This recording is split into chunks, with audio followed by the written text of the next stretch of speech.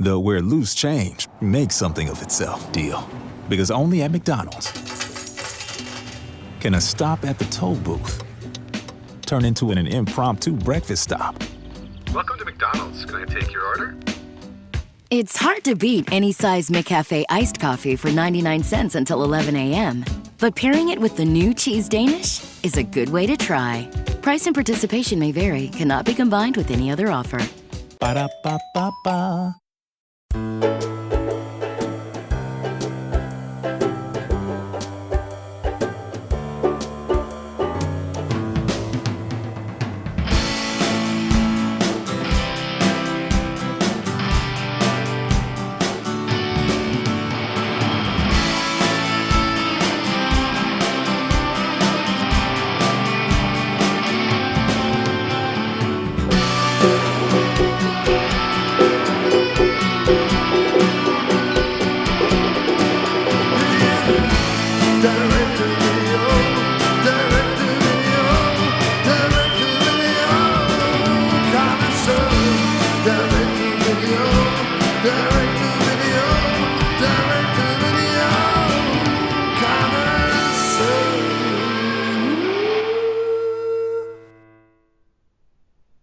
Hey everyone, welcome back to the Direct-to-Video Connoisseur podcast. As always, this is Matt here, and this week I'm joined by a very special guest, first time on the pod here. We have Richard Hawes from DTV Digest. Welcome, Richard.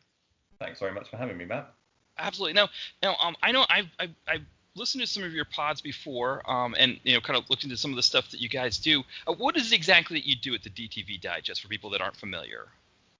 Well, the main sort of idea is for us to look at the variety of what is available, released direct-to-video or streaming services, or basically anything that doesn't get a broad cinema release. So while we cover a lot of genre stuff primarily, action, science fiction, we do try and draw attention, not necessarily on the show, but on our social media, to a variety of sort of art house releases and LGBTQ kind of stuff, which is all kind of very common in the direct-to-video sort of realm.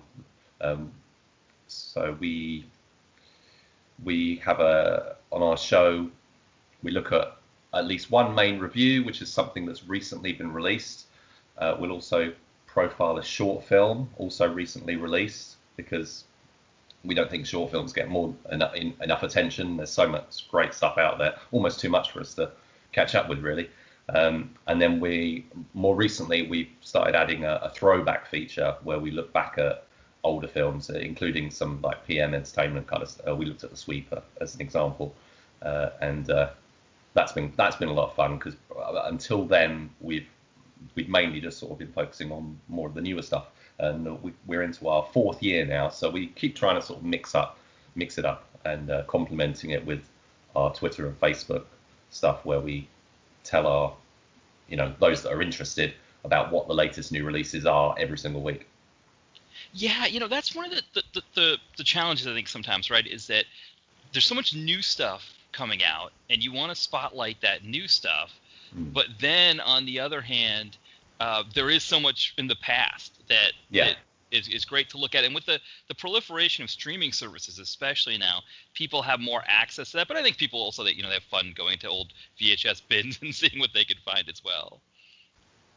Yeah, we're spoiled now with like Amazon, Prime, and Netflix. Not so much. They don't tend to get as many older titles, especially not DTV older titles. I think like on in terms of what we've got access here in the UK, there's like a Thomas Ian Griffith movie called Behind Enemy Lines, which I want to catch up with, and there's some older stuff like Revenge of the Ninja, which possibly was theatrically released, I'm not sure, but for the most part they're really focusing on new content, or as content as you would call it, new releases or very recent releases, whereas Amazon, I find personally, is much better because it's a much broader spectrum of films in there.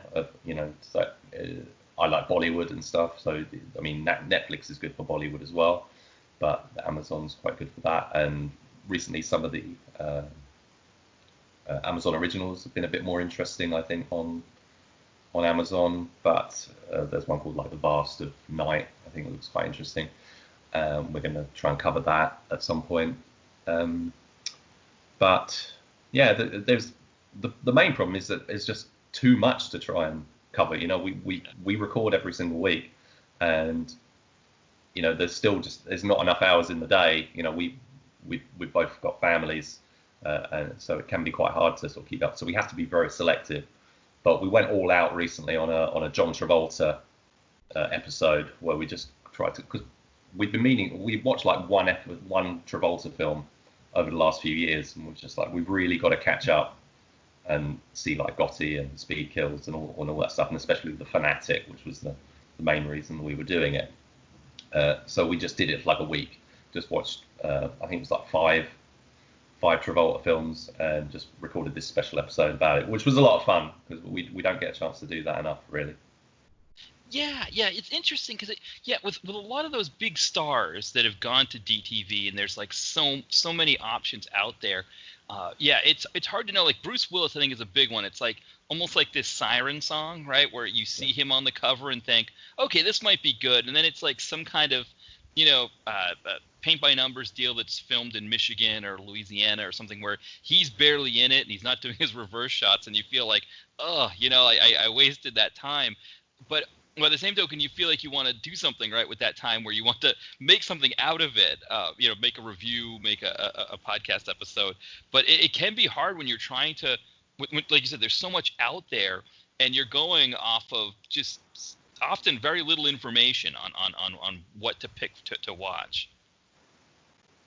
Yeah, and a lot of that is based on our experiences and on our particular interests. So the action stuff is always kind of at the forefront for myself and Mike Parkin, who's actually the driving force behind the show. He set it up, and he edits all the episodes. Now he just invited me on board, and I'm like co-host and sort of key researcher, I guess, in a way, for what we're trying to achieve.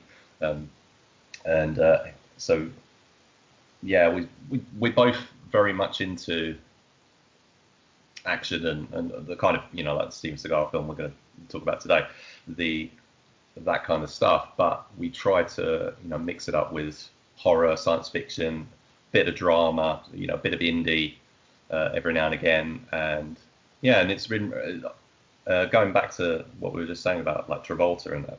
Bruce Willis is another good example, really, of he does so many, but we haven't actually really covered many of them. We're actually not that attracted to a lot of the films that he's been producing, but we do think, right, we've got to do an episode where we do dig into these a little bit, because there might be little diamonds in there somewhere. We were certainly very pleasantly surprised with the John Travolta stuff we did.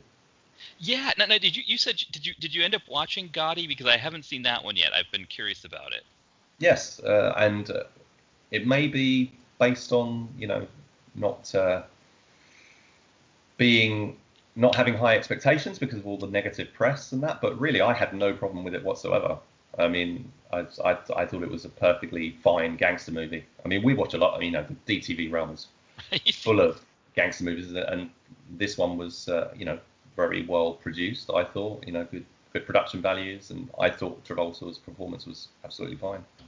Yeah, the funny thing about that movie, a few years ago, so here in Philadelphia, where I live, there's an area they call the Italian market area, which is sort of like it's an outdoor market part where there's all kinds of, produce, and then there's little shops nearby that sell like fancy charcuterie, things like that. And I remember seeing an ad for the Travolta Gotti picture there in the Italian market. I guess they must have thought that with a lot of Italian American community there, that they would be drawn to something like that. Don't know how it turned out. I don't know if I was like, I don't remember it getting the kind of how do I want to say? I don't remember it getting. If there was a screening here in Philadelphia, it was a very small one. I think it was, like you said, it was mostly direct to video, but they were advertising it like, get out and see this movie. So I was like, oh, I should check it out. I'm kind of curious about this, and then I just kind of lost track of it over time. Yeah, and they were also trying to flip the negative marketing, say come and see it, make up your own mind. This is the movie they don't want you to see, or something like that, you know. Which I think like the Screen Junkies Honest trailer, I think they were sort of digging into that quite a lot. But I'd say, I had no problem with it. I mean, I feel like I rediscovered Travolta over that, you know, the experience of making that episode. I've always liked him, and I went back to some of the older stuff like Broken Arrow as well, and just reminded me how good a screen presence he can be, especially in Broken Arrow, the highlight. One of the best 90s action films there, I think. Yes, yeah. You know, the funny thing about Broken Arrow, so it's got this guy Howie Long in it who used to play NFL here in the United States, and his son played in the NFL. His son, now I can't think of his name, which is horrible because he actually played here in Philadelphia. He played for the team that I root for in the New England Patriots as well. And the fact that I can't think of his name is horrible because I used to listen to a podcast, and he would joke about things like I think he met Christian Slater, and kind of gave him a hard time for kicking his dad out of a train, and some of those kinds of things. But I think he does joke about his dad's movie career, though, when he talks about it. So, but it is kind of funny hearing those little anecdotes that, like, now that he became a famous NFL player, he started meeting some of these people that starred in these movies with his dad, like Broken Arrow, and would kind of talk to them about the experience for them. And of course, there's a little tie-in there with the film we're going to talk about today, because Howie Long was in Firestorm, which was from the same director as The Patriot, Dean Semler.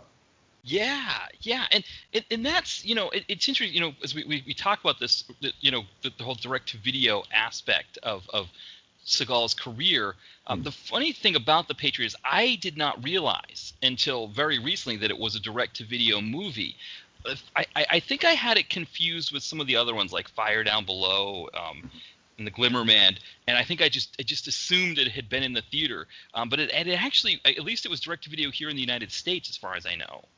Yes, well, over there, over where you are, right. I believe it was the first Seagal film to go direct to video. We actually had his previous film, Fire Down Below, direct to video. That was the first one over here.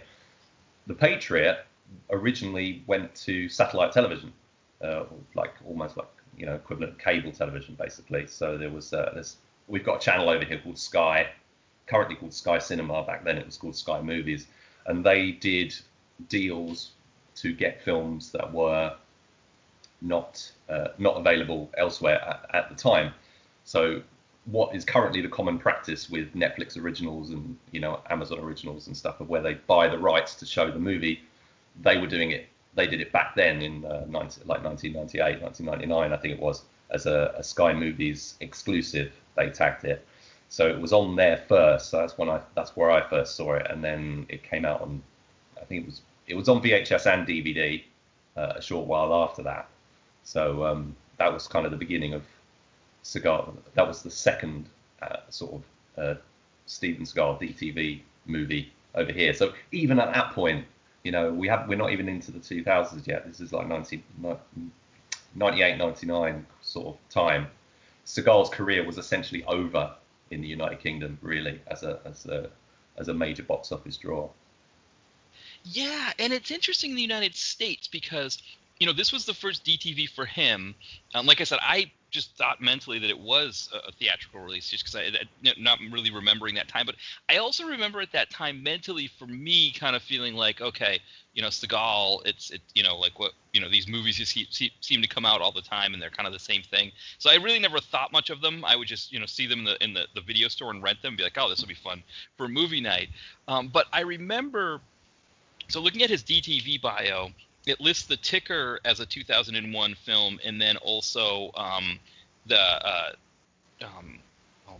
drawing a blank here. The Exit Wounds as 2001. Yeah. I have to assume Ticker was filmed before that, because they list it slightly above it, or they listed above it. And that would make sense that maybe in between The Patriot and Exit Wounds, he's trying to make his way. He had these issues because he left Warner Brothers, and he was trying to make I don't know, he's trying to go on his own, I guess, as a yeah. And I guess there's a falling out with that producer, which unfortunately that does seem to be a bit of a hallmark in Seagal's career. He used to make a lot of really great friends. There's a lot of people that are very close with him and make movies and work with him a lot. But then there seems to also be this other aspect where there's people that it doesn't always work out with him. And I think it was in that window that things weren't working out, that he had that kind of that time off. But Exit Wounds came out here in the United States, and it was a pretty good success for him. Globally, I think it made about $29 million past its budget.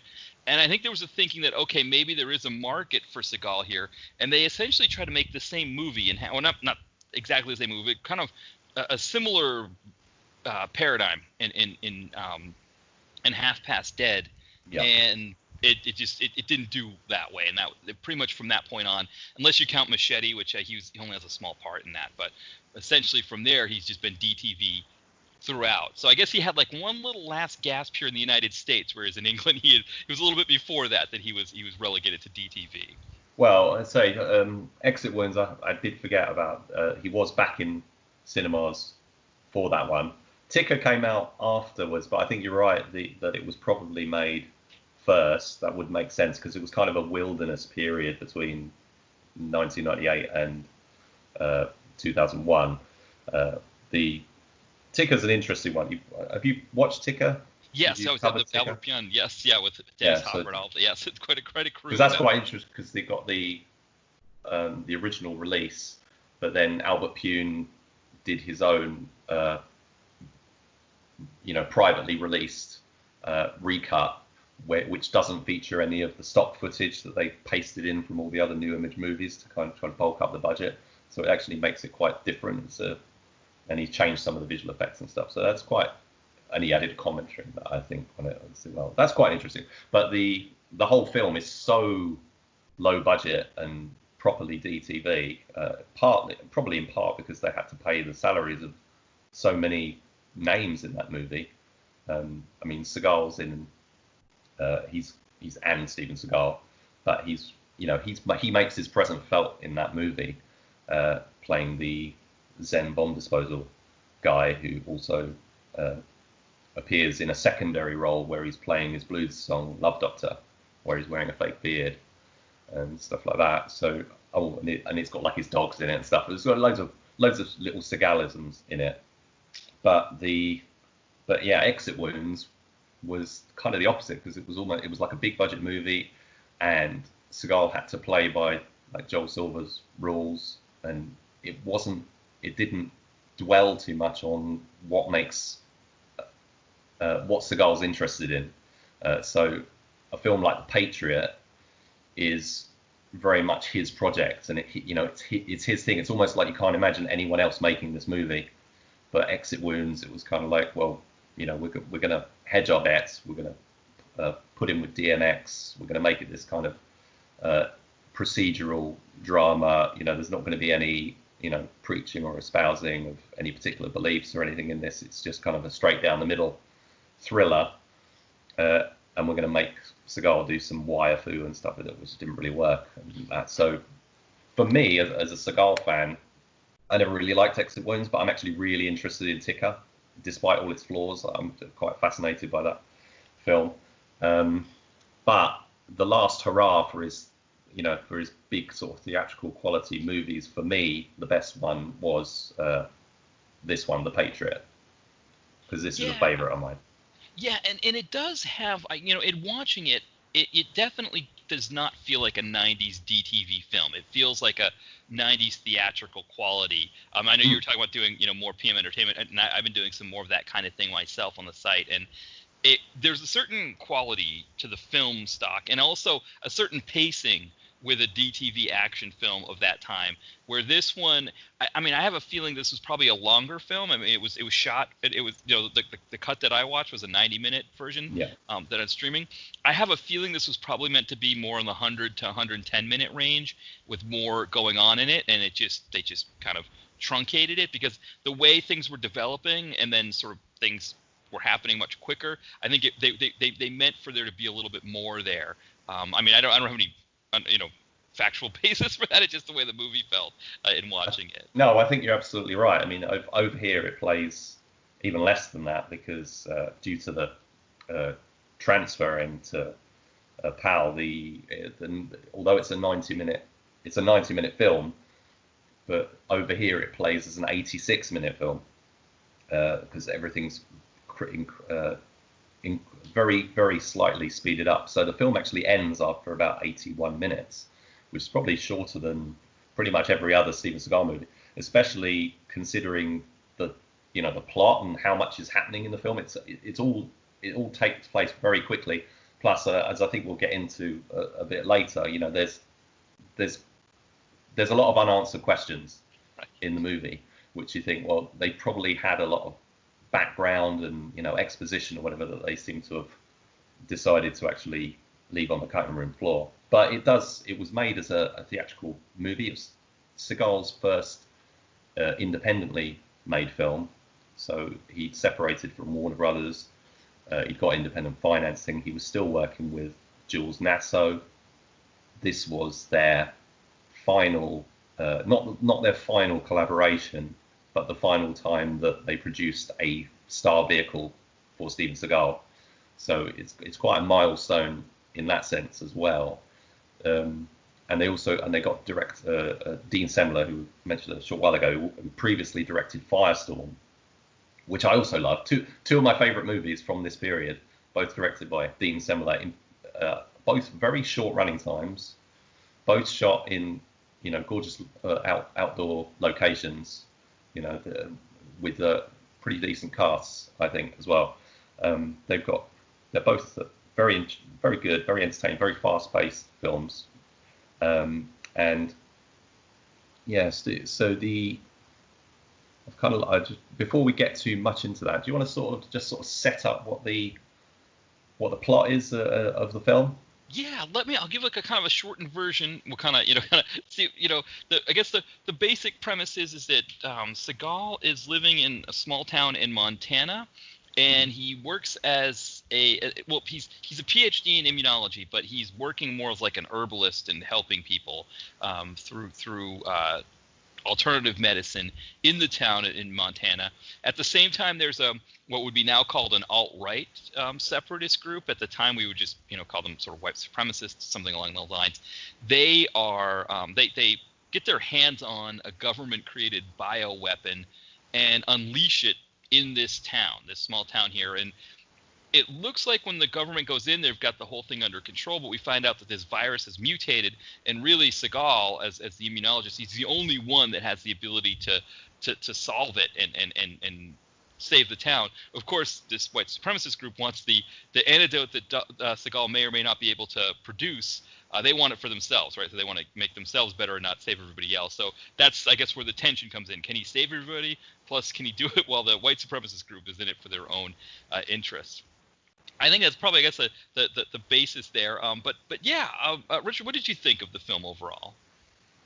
Yeah, well, as I say, it's one of my favourites. But in the summary there that you've just given, there's two sort of key things to mention. One is that Dr. Wesley McLaren is, say, this former government immunologist who's in this small town, and the bioweapon belonging to the people he used to work for just happens to get released in the same small town that he's living in, of all the places in the world. So that's a massive coincidence, it seems. So whether there's something in a potentially longer cut or longer script that it details that, because at first it just seems, everything seems really too coincidental, especially when it goes to the part where they go and find the underground research facility, which is in the hills. But it's at that point, which is about an hour into the movie, I think. It's at that point where you see there's a picture on the wall, and it says Dr. McLaren's. Was it?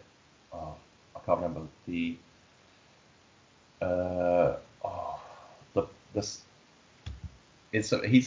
They call him the king of the bug busters, and they've got this picture on the wall of him lassoing a bug, and I can't remember what it was called off the top of my head, but I'm sure it'll come to me at some point. Anyway, so he's been there before. Right. So he's worked there. So that makes sense now. I think, right, okay, he used to work for the government. He probably relocated to that facility. That's where he worked. So that makes sense of why he's there. He met his wife, who has since passed away, and they've had a child. And that sets up the whole thing. But they don't explain any of that. So it all just, you have to infer it from like one small moment if you're paying attention and really want to dig into it, like me. But apart from that, it just sort of seems really off kilter. The militia want to get their hands on McLaren's daughter, Holly, because she's immune to it. But they never focus on the fact that McLaren's immune as well. Right. He never gets the virus. And they at no point, I think, as far as I'm aware, at no point in the story do they say, "Oh, well, I'm not feeling ill either."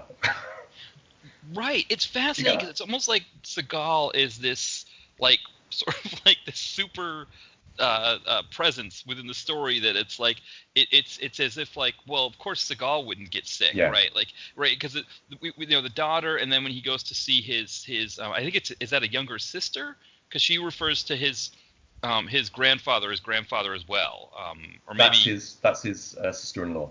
Sister-in-law. Okay, right. And so they yeah, so you know that they also are immune as well, and of course they do make one light reference to back in the 19th century, the U.S. in trying to clear out the Native American populations, which is very almost never touched upon in American history books when you're learning American history in school here in the United States. But one technique that they tried to use to kill off the Indian population and the Native American population was to give them blankets that were infected with smallpox, and so they mention it, right? The sister-in-law mentions it very briefly about, yes, this is maybe revenge for the smallpox thing. Yeah. But it's the U.S.'s history with the Native American population is something that our culture is very they're trying to get better about it now, and of course now there's this whole thing with Christopher Columbus where people are starting to revisit, celebrating him in the United States. But at that time, for the late 90s, that would have been a big thing, because I remember in high school. So this would have been after I was in high school. I was in high school in the mid 90s. I remember bringing that piece up to one of my teachers, or not me, but another classmate, and she was like, "Oh yeah, I guess that would have been considered biological warfare, or something." But so it's almost like they were trying to say that it was part of a whole tradition, which I don't know if I'd consider that part of a tradition. That would seem more like an opportunistic way to kill off a lot of people that were just, but it was a mention there, and we're supposed to think that, right, that it's possibly their genetics that are helping them. Until Seagal finds out that that's not what it is, right? That it's not their genetics, but there's something else there. That the grandfather, who is an herbalist himself, found a flower that seems to be the key to saving everything. And it's almost like there was almost a sense there. I think they did a little bit of a better job with him, trying to figure it out and making mistakes and not keying in on the T right away. Yeah, because if you think about it, although he's the best immunologist in the world, there is no second guy on the list, and despite all that, he actually doesn't find the cure. The cure kind of comes to him, and then he realizes, oh, actually, so which, when you think about it, actually does reinforce the view that he's putting forth in the film, which is that medicine, and pharmaceuticals or whatever, that's not, the answers aren't there. So he's walked away from that because he didn't want to do it anymore, and he says in the film that he'd done some bad things in the past, and with the usual kind of Seagal stuff of that. He's got this checkered past, and he created these things, and possibly like this virus was could have been made or elaborated on from work that he'd originally conducted, but he's kind of left that all behind, and he's working as a what we would call over here a general practitioner, but with an emphasis on holistic therapies as well. And they pepper throughout the film. They pepper these references to what they term the red medicine, to sort of leave almost that kind of the Chekhov's gun kind of thing, as they sort of leave it in there. But they mention it quite subtly, I think, for the most part, and I think it works quite nicely. The problem that if we can sort of move, if you don't mind me sort of moving on slightly. So the film went direct to video. It wasn't received very well, and that's because it's not a typical Steven Seagal action movie. Yeah. Although Seagal is all over it, his footprints and whatever all over it, it's very much a companion piece to On Deadly Ground, really. He almost could have directed it.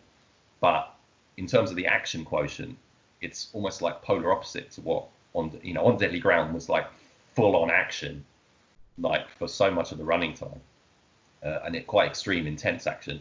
And in this one, you get a couple of moments of quite extreme action, but for the most part, it's very, very light. There's not really any action at all for people to sort of get on with, which is what people found quite difficult, I think, and why they thought they wouldn't be able to sell it particularly well.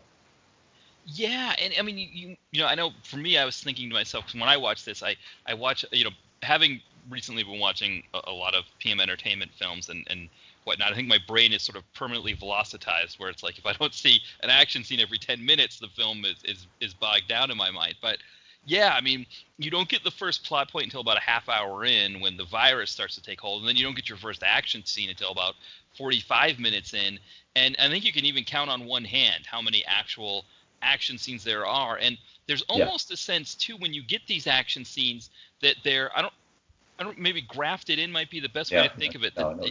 Yeah, we don't know why why Seagal would be have this kind of martial arts ability. That's something that there is no Chekhov's gun for that, right? They're not even like showing him doing Tai Chi. But that's just kind of that's the case for pretty much most of some of the. I mean, look at On Deadly Ground, right? Where he was supposed to. I mean, where his job is really not very well explained, because it's like, well, he's kind of a right-hand man, but he does a bit of engineering. But yeah, he's this, then later on in the movie they go, oh yeah, he's an ex-CIA, and sort of thing. But that's kind of what they always do. So I don't really mind that too much. But what you're saying about the action being put in, I think there's certain expectations that when they were getting funding for the movie, that. Which again, the budget might also be a reason why there's not as much action, but also I think the action that there is, they probably said, well, Stephen, you can't make a film with no action.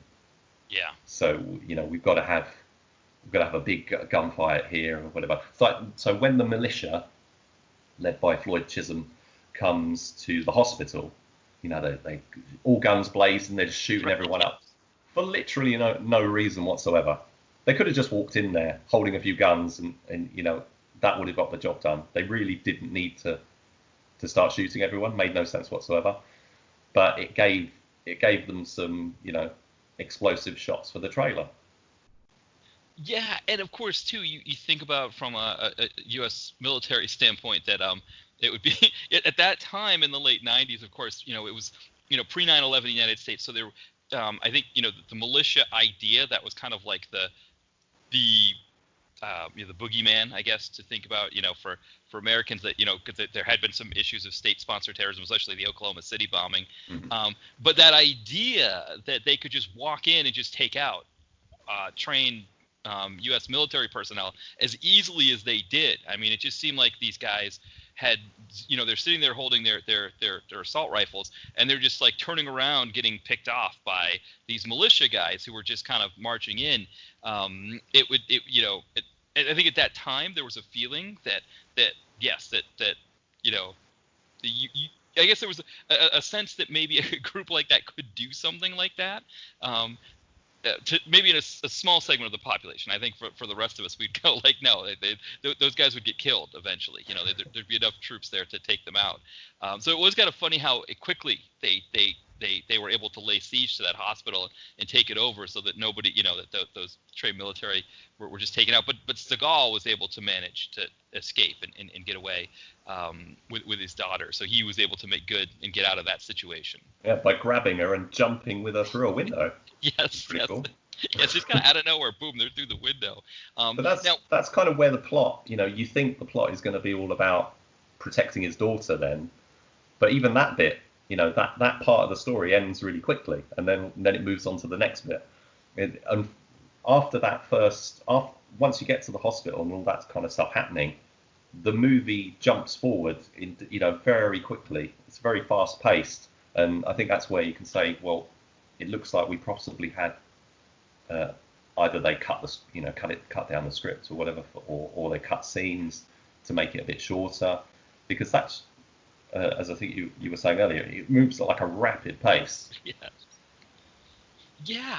Now one of the things too, when we move from them escaping the hospital, so Seagal Seagal's character has this friend that he works with, who's played by LQ Jones. LQ Jones. I was gonna say Jones. Yeah. Frank, who helps him out, and one of the cliches that I hate the most in action movies is when the friend or the partner gets killed.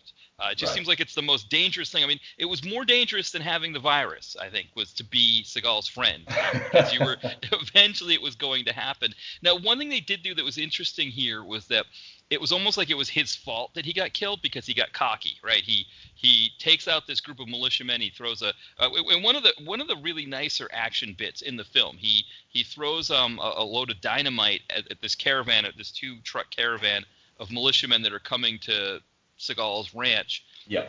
And he blows up the first truck into the. I think it kind of blows into the other one. I think it's almost like they're kind of just sort of all toppled. And then when the guys that that do survive get out, he's able to pick them off with a rifle.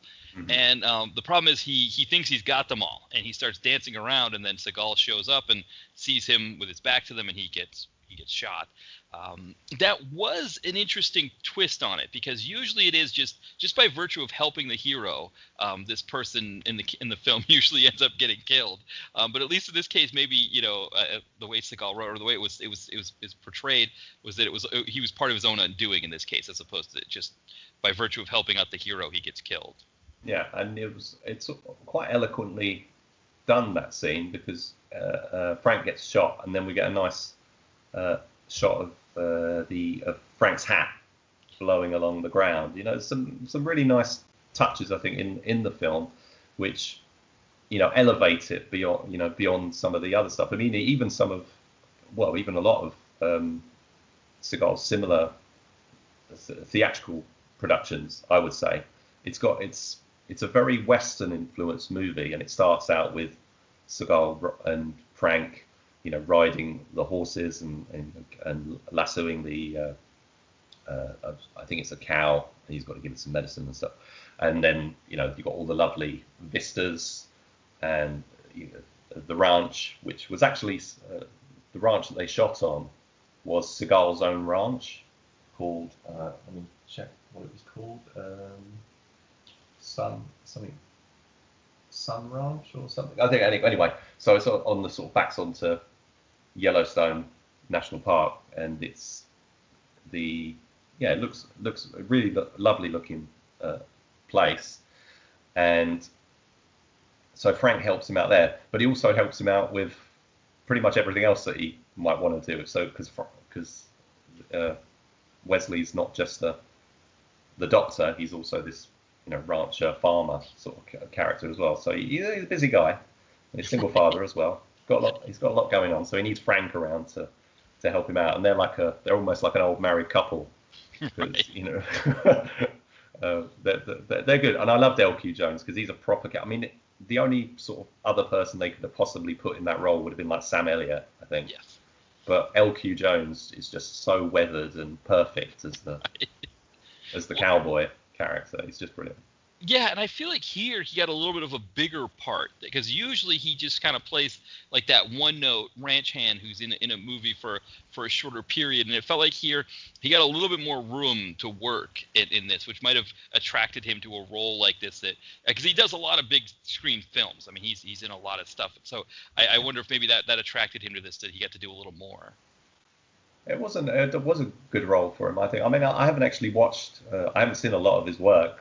But for me, this is a great role for him, and it was. I mean, I'm not a Western fan, so I'm not actually drawn to Westerns, but I quite like films that are contemporary but influenced by Westerns. So like what you'd say the modern day Western.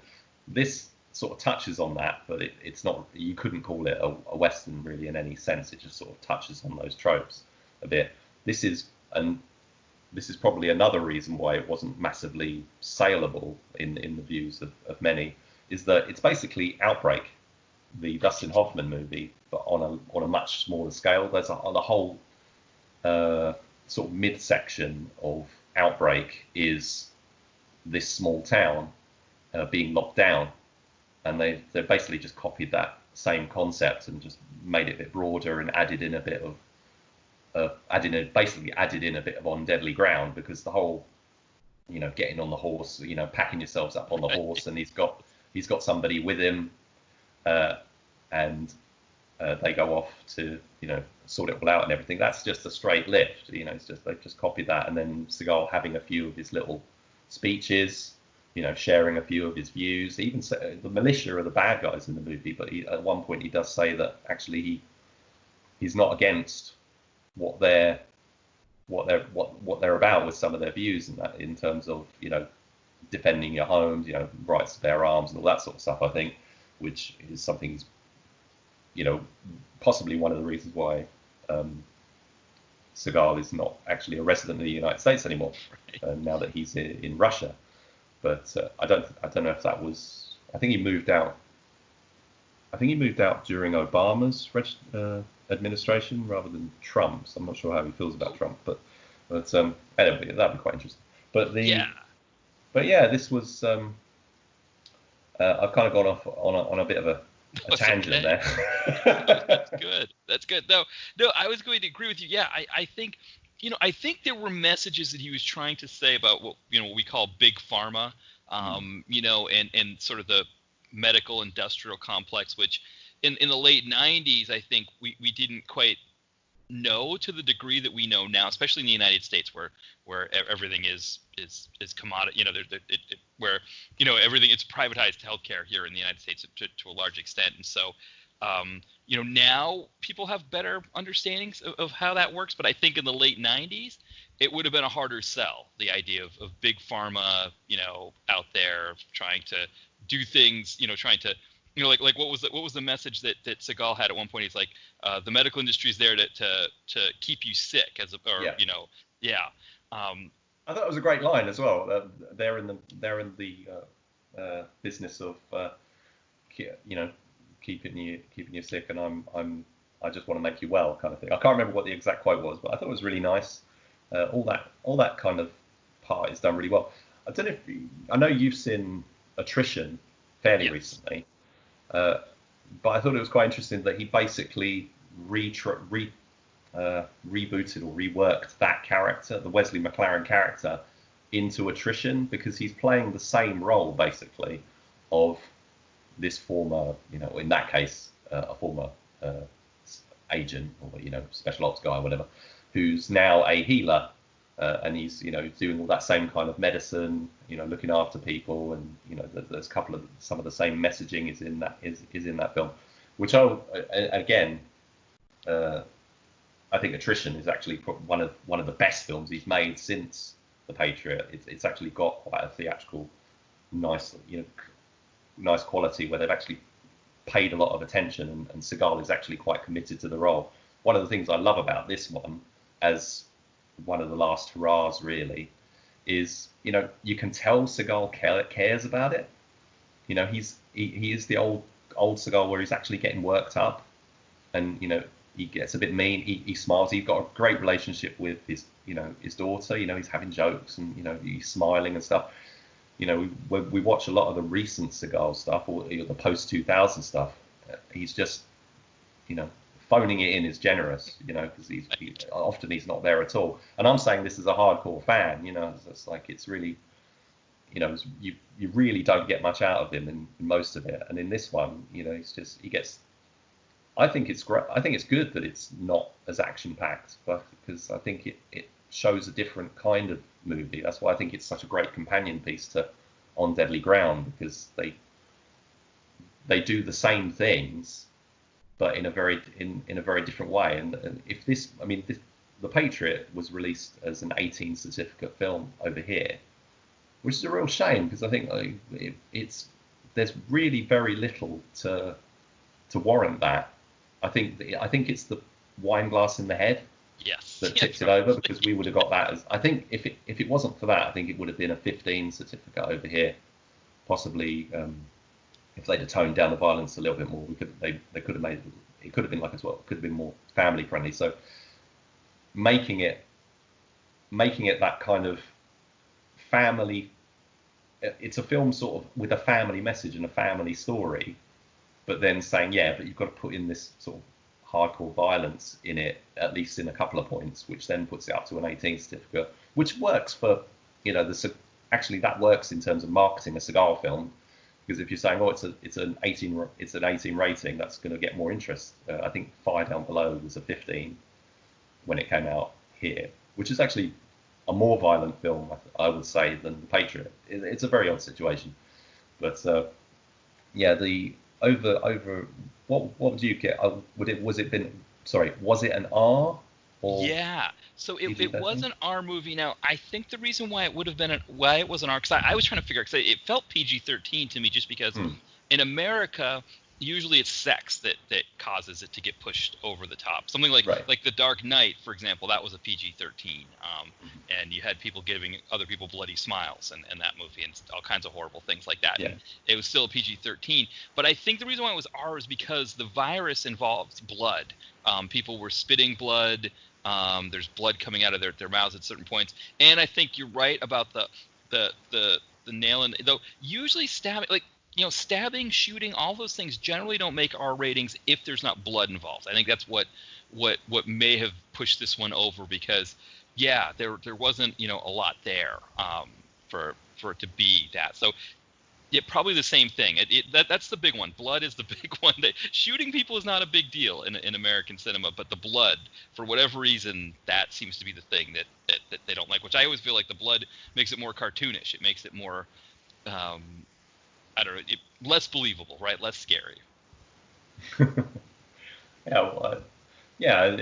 certainly the one I always remember of, like, in terms of bloodless action, is like in terms of how violent a film can be with what would have been over here the closest to the PG-13 is what we've got is the 12 certificate.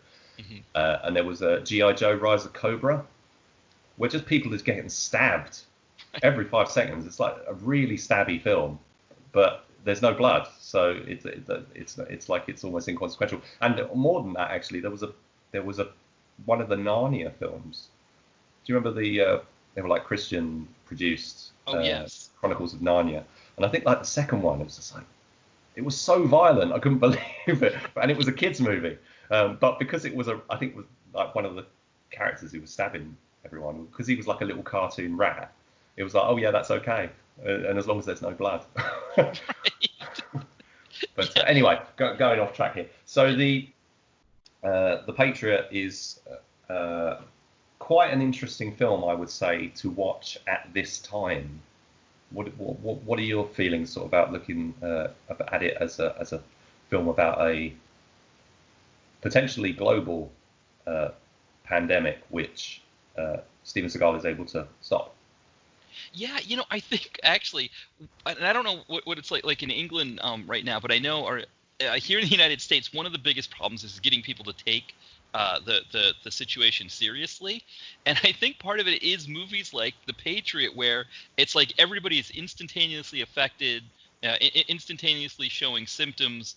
It's like a real quick thing. Like you just you breathe it in and you're there and you're sick right away. And people don't understand because the coronavirus that has a longer incubation period.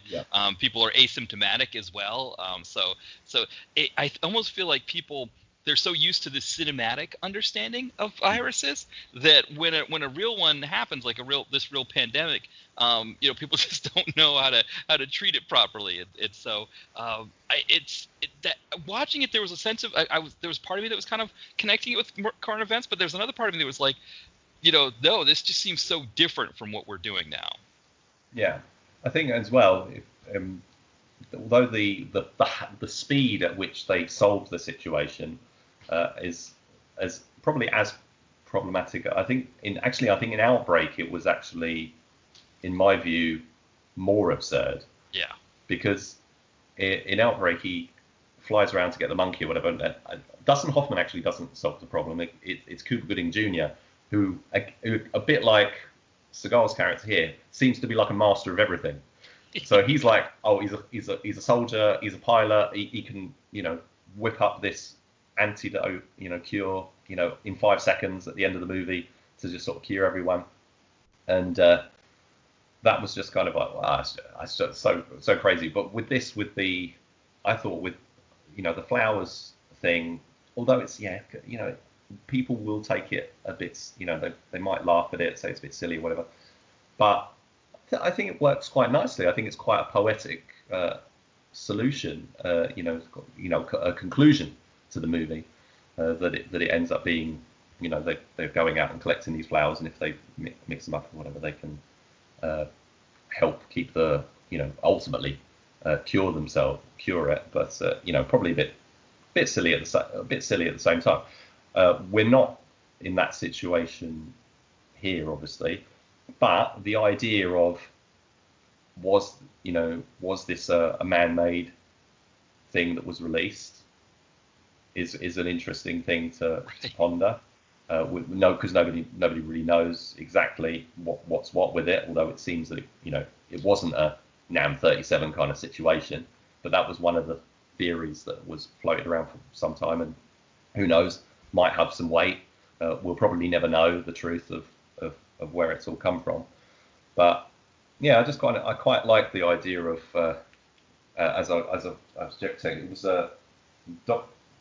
Dr. Wesley McLaren's pathogen posse was what they used to call Wesley McLaren and his team when they were immunologists. I quite like the idea of Steven Seagal, coming out of the woodwork and giving us a cure that we would have never imagined to solve this current crisis that we're in right now. Seagal's actually been oddly silent on the whole coronavirus thing. I thought he would have come out and said a few things about it, but so I thought that was quite interesting. But yeah, and I think too, we talked about this movie being only 90 minutes, and of course it's crazy for me to be talking about a movie being 90 minutes and saying it could have been longer, like, cause I'm always like a stickler on the 90-minute rule for me. But I think there were a lot of messages he really wanted to tell about his understanding of big business medicine and big pharma and all of that. That I think the like you said, it was really poetic at the end, the way that the flowers were kind of dropped on everybody, and that was sort of the idea that they were supposed to boil those and that would be the cure. But you feel like there was a little bit more of a punch there that he wanted that to have, that for whatever reason, whether it was like it got cut out or he didn't want to go all the way with it, or maybe again, late 90s, that just wasn't the kind of message that if you made a movie today about that kind of thing, I mean, I don't think you could do something with a virus today with the current situation, but if you had made a movie about big pharma in that kind of way, I think it would play a little bit better. I think back then there just wasn't an audience for it like that. People were still kind of more in tune with those traditional, where now I think people are into more alternative methods for being healthy. I think there was a bigger message in there that he wanted to give, that when it got to the end there, and it felt like, like you said, it had that poetic ending there. I think there was something else in there. There was stuff in there that we missed that was cut out that might have kind of driven his point home more. Well, quite possibly. I mean, that's what he did with On Deadly Ground. He has that quite long speech at the end, which was rumored to be a lot longer. I'm not sure how much of that is you know, embellished sort of legend. But the film itself, say what you like about the film, it was ahead of its time, really, in some of the messaging. The whole inconvenient truth kind of climate change messaging that became quite popular a number of years later was what people were laughing at. About, I mean, it was the way he was doing it. I mean, mixing it with the action and the solution to stopping the oil well was to, the solution to stopping the pollution in the oil well and everything was to cause a massive explosion, which is patently absurd, obviously. But the ideas and things, articulating and saying how we've got to look after the planet and find alternative fuels and everything, that's all quite relevant stuff, even now. And I think in The Patriot, he was probably trying to do a very similar thing. And we get that conversation he has with Floyd Chisholm, where he sort of sets his agenda a bit, talking about how, and he says it. He has another conversation with his old friend from the, I don't know, agency or whatever it is, about the stockpiling of stuff, bioweapon, biological warfare, and how it's going to wipe us all out. You've got to be careful, all this, sort of stuff. So I think in terms of its palatability, I think it's probably a much more easily digested message than the way he tried to do it in On Deadly Ground. I think it's actually more successful because it's not too heavy-handed with adding on that layer of expected Steven Seagal violence. So I think it works more with Seagal's character. Seagal's wearing, we meet him, he's wearing his typical kind of unusual outfits. He stands out in the crowd. He's got this great red shirt that he wears throughout the whole movie. I'd always wanted to get a red shirt ever since seeing it. I managed to get a couple of years ago. I do like them.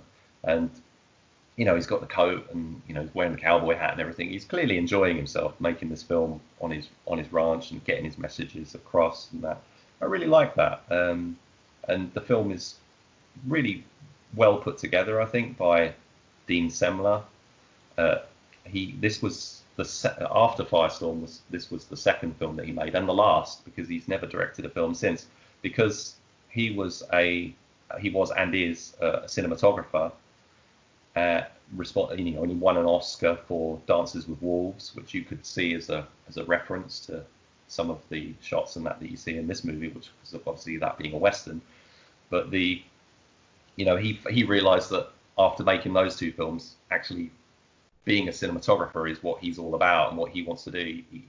He dabbled in directing, but that wasn't what he wanted to do. For me, that's a shame, because I love both these movies and I would have loved to have seen him do more. But it's great that he, really, has been able to have such a continued successful career. It's just a shame that this didn't work out with both of those two films going direct to video. I say through no fault of his. I think he did a bang up job, and the whole actual package. I mean, the music, the casting, everything for me works really well with this. Yeah, and thinking about it, I never really considered this before, but almost if you're the cinematographer, you almost have more control over the film than the director, right? Because the director is there trying to tell everybody what they should be, or what they want from the film. But then they've got the producer and the producers there, the studio telling them, well, no, it needs to be like this. Maybe director or the actors are pushing back and those kinds of things. Whereas the cinematographer, it's like they just kind of look through the lens and get that shot the way that they want it. And it's almost like if you're the director, you kind of have to, if it's the shot that you want, you just take, it's like if the cinematographer gets it right, that the director doesn't do anything with it. They just take it. I wonder if maybe that's what it was. Maybe he felt like he had more control over, getting the shots that he wanted as a cinematographer versus being a director and having all the hassle that the director has. I think quite possibly, yeah. I think that's where being the photographer basically is what he wants to do, not like the orchestrator. I think that's the impression I got anyway. Yeah. But yeah, he's so that was good. I Yeah. don't know what else can we say about this movie then? Yeah, well, that's a good question. I mean, what are some final thoughts? I mean, I think for me, the fact that it is the first direct-to-video Seagal film, I think this is where we're seeing that sea change in the late '90s, where all the big names are kind of bowing out of the big screen. You know, that Seagal is starting to move towards DTV. Van Damme is moving towards DTV. Schwarzenegger is getting a couple more pictures, but really he's going into being a governor and sort of taking time off from making movies. And at the same time, the film industry is moving into these big comic book productions where they're the big studios are getting the rights to these Marvel pictures and putting more traditional actors, Tobey Maguire, right? Where we don't need a Seagal to be or a Van Damme to be Spider-Man. We can just put Tobey Maguire in that role and have him do it. Alfred Molina is playing a villain. He did not look like he was in any kind of great shape to be a baddie in a film. Usually the baddie is some kind of imposing figure, but there's Alfred Molina playing Dr. Octopus, and I think it felt like, this is sort of the start where you're seeing Seagal, and I think he was very successful in DTV, despite the fact that I totally agree with you that he's mailed in a lot of those performances. I think he's, I always joke that Keone Waxman is like the Seagal whisperer because he seems to get the best out of Seagal just by working with him in the confines of what Seagal wants. I think that's especially true in the case of The Keeper, which I think is of all the films that he's made, I think The Keeper is the one that feels like a 90s Seagal movie. Yeah, for sure. I think this movie is a really cool one for people to check out just because it does sort of take you back to that. You can see the wave cresting, I guess, when you watch a movie like this, that what we knew of as action in the 80s into the 90s and this really big thing that and of course it's come back to that, right? It's sort of moved back into that realm where you've got like the Fast and the Furious kind of movies, but for these names, they were kind of the wave was cresting for them, and I think this is an interesting film in that sense to be able to watch it. I was trying to bring myself back to that moment to kind of remember what it was like before these names. I don't remember what Van Damme's last one would have been, but he would have been going direct to video right around the same time, I think. Yeah, he was doing stuff like Double Team and Knockoff around this, and Universal Soldier: The Return, I think, was kind of the sort of tail end of his theatrical run. Yeah, and you think of other names like a Gary Daniels, who was kind of just trying to make his way in direct to video, and now suddenly the pictures that he might have gotten, they're now going to people like Van Damme and Seagal with a bigger name that could go on the tin and get more views. I think that's around the time. This is around the time that Dolph Lundgren starts directing more of his films. He's kind of having a more active hand because I think he also maybe saw the writing on the wall that some of these big names are starting to creep down, and you got to kind of do something else if you're going to survive in that ecosystem. Yeah, well, and also in the 90s, when we got into the 2000s, so you've got Seagal and Van Damme have properly moved into that realm, but then you've got Val Kilmer and Cuba Gooding Jr. taking a lot of the kind of action roles, action thriller roles as well. So you've got all these kind of, not just the action stars, but like the properly respected, award-winning actors coming in as well. So, Seagal was probably feeling, he didn't really want to. He has been going through the motions in the most case for a lot of the time. Just using his marquee value, having very, very strict rules on what he's willing to do, for the money that they're going to pay him. He's not really trying to deliver more than he has to satisfy the fans, which is the ultimate shame. But there have been a few brighter moments. I think say Attrition being a particular one, but Belly of the Beast and Into the Sun are both very higher end Seagal movies that have their very distinct qualities. Even some of the rubbish ones, sort of the ones that used recycled footage and huge amounts of doubling and dubbing in a lot of cases, I've found that I've enjoyed quite a lot, in spite or in not necessarily in spite of, but maybe because of some of their unique attributes. Submerged and Today You Die are particular favourites, but and The Keeper, because I think The Keeper really does feel like it was a movie out of its time almost. There's for me, there's not really a lot that's wrong with that, and it sort of stands out as a film that really works with Seagal and what his personality's like.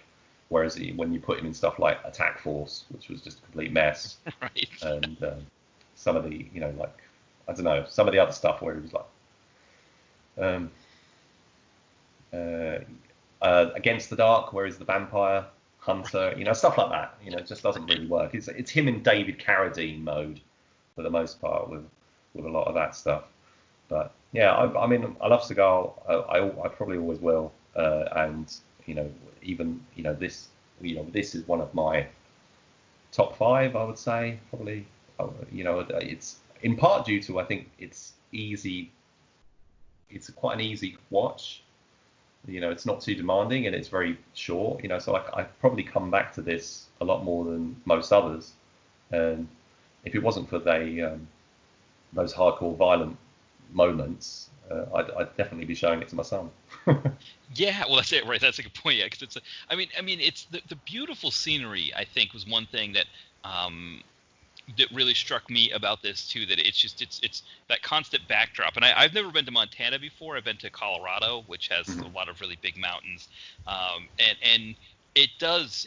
There's a part of it that feels really nice there, and I think that's one element that I really enjoyed about this. And I agree with you there. I think the fact that Seagal is invested does mean a lot. I think when I think of my top 5, my 4 of my top 5 are like his first 4 movies that he made. That just kind of this high octane action thing where he just was going for it. And it's almost like after those movies he starts to kind of get this I don't want to say a big head, maybe, I don't know if that's the right term, but he kind of really starts to think of himself as there's that story that I don't know if I don't want to attribute to the wrong person, but I think it was Keenan Ivory Wayans said that he Seagal approached him on set and said, "I just read the greatest script ever," and Keenan Ivory Wayans like, "Oh, who wrote it?" And he's like, "I did." Like that's sort of the story that goes around. And there's a lot of those interesting ones with Seagal, which you don't know if he's just sort of, again, maybe he just rubbed enough people the wrong way that they sort of embellish situations like that.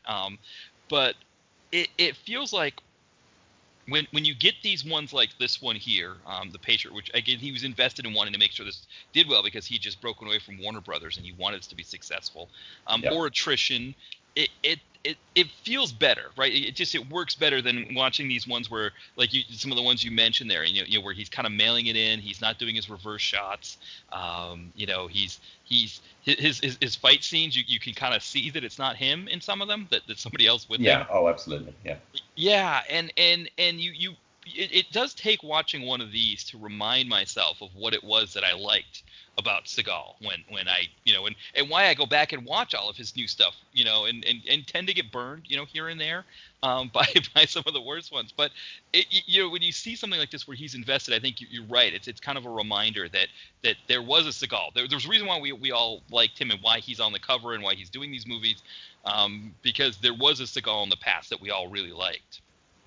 Yeah, and when you look, I mean, even some of the films that have properly called back to out for justice, hard to kill kind of stuff.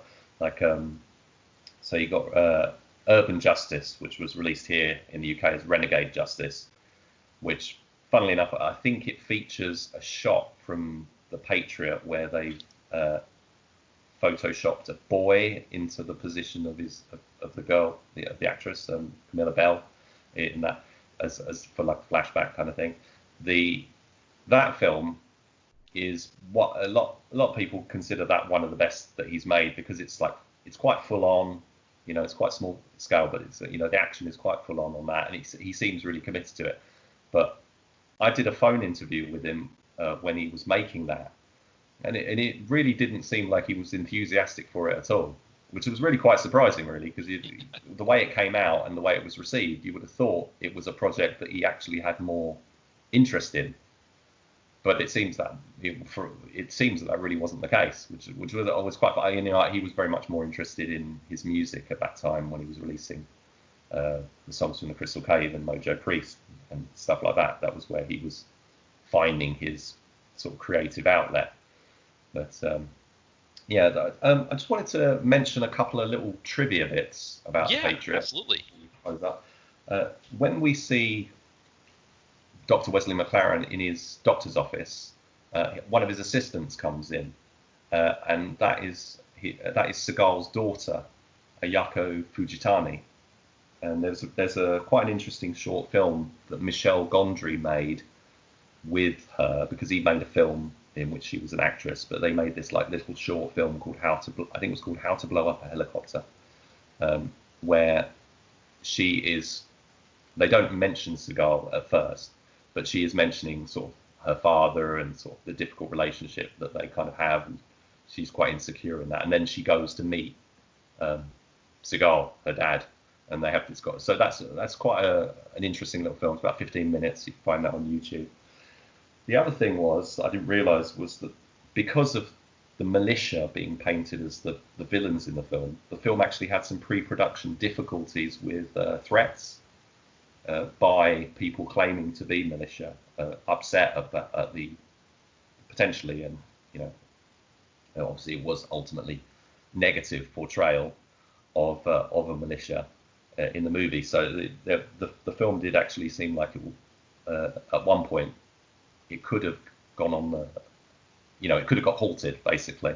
I think the FBI got involved or something to sort of investigate it, and it ultimately came to nothing. But that is quite interesting, and probably not really that surprising, I would say, that a militia would hear about it and take exception to it. Yeah, because that period of time, the late 90s, militia groups tend to get more emboldened and they become more prolific when we have Democratic presidents in office. Mm-hmm. So at that time, Clinton was still in office at that time, and there was this sense that he might have, because again, the impeachment thing was starting, and I think there was a feeling amongst some of these militia groups that he might be impeached, which was a total long shot. Was never really going to happen. But then, of course, I think both Ruby Ridge and Waco both happened under Clinton's watch, and so then, of course, the same thing happened when Obama was in office. These groups became, prolific again. And I think it was one of the things that pollsters in this country, when they were predicting the 2016 election, they didn't really factor in that a lot of these groups, they generally, in the past, they didn't vote.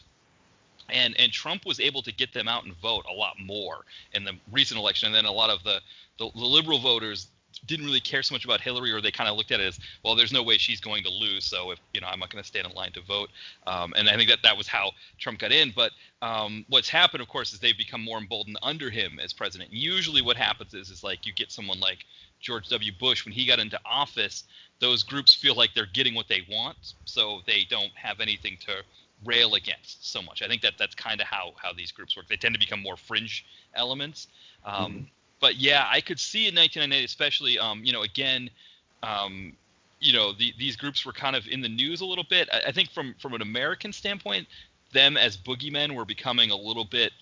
People were kind of tired of it. They especially after the Oklahoma City bombing. I think it was just such a big event where this guy Timothy McVeigh, in response to the Ruby Ridge standoff and then the Waco standoff. In response to those two things, he blew up, or he set off a bomb near the Oklahoma City federal building, killed like 160 people. That was like, before 9/11, that was the biggest terrorist attack. And I think that's probably another part of it too, is that when 9/11 happened, a lot of these groups were kind of in the, all of us against them mindset that was pervasive in the country. The whole country moved conservative after the 9/11 attacks. So just kind of the whole vibe. I mean, you had a lot of liberal senators and Congress people who were voting more conservatively on issues. So I think that's probably part of it too. Is that in the 2000s they didn't really feel like they had as many issues, but. Yeah, late 90s with Clinton in office. And Clinton was one of the more conservative Democratic presidents we've ever had, too. I think his two claims to fame were, one, he made it harder for people that needed assistance from the government to get financial assistance. And then he also passed a law that led to what is now, what was the financial crisis of 2008. He signed into law a bill called Graham-Leach-Bliley, which essentially removed the restrictions between banks and investment banks and lending banks, which created this whole too big to fail over a 10-year period. So it's kind of funny that these militia groups looked at Clinton as this horrible liberal who was going to ruin the country and make it this horrible liberal bastion, when he actually was probably more conservative and was actually enacting laws that they would have been wanting him to enact. Whereas us liberals that were there at the time, we thought Clinton was so great, but he's actually doing a lot. I think Al Gore would have been, if Al Gore had been elected, he would have been the president that they would have hated. He would have been the one doing the stuff that they would have been able to stand. But yeah, I mean, at that time they were kind of it still has been kind of a difficult thing where I think the federal government has always pushed against the militia groups, but usually the local law enforcement isn't as big because a lot of times they're in bed with them to some extent, because they're all usually some kind of homegrown local development. So yeah, I could see if they were filming in a remote part of Montana, it may have been an issue where if there were groups in those areas that were running things to some extent, he might not have been able to get the protection he would have wanted if he was filming there.